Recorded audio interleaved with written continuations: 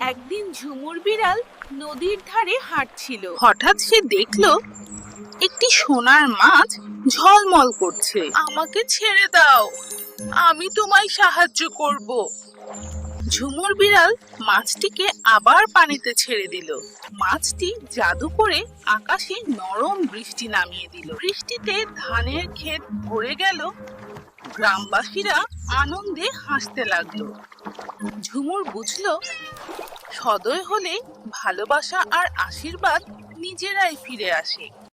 হঠাৎ নদীর জলে এক নরম সোনালি আলো ঝলমল করে উঠল। ঝুমুর বিড়াল আবার সোনার মাছটিকে দেখার আশায় নদীর ধারে এসে বসলো। হঠাৎ নদীর জলে এক নরম সোনালি আলো ঝলমল করে উঠল।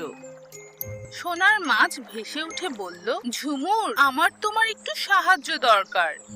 মাছটি বলল, ওই পাশে বড় জালে আমার বন্ধুরা আটকে গেছে। ঝুমুর দৌড়ে গেল এবং জাল কেটে তাদের মুক্ত করার চেষ্টা করলো।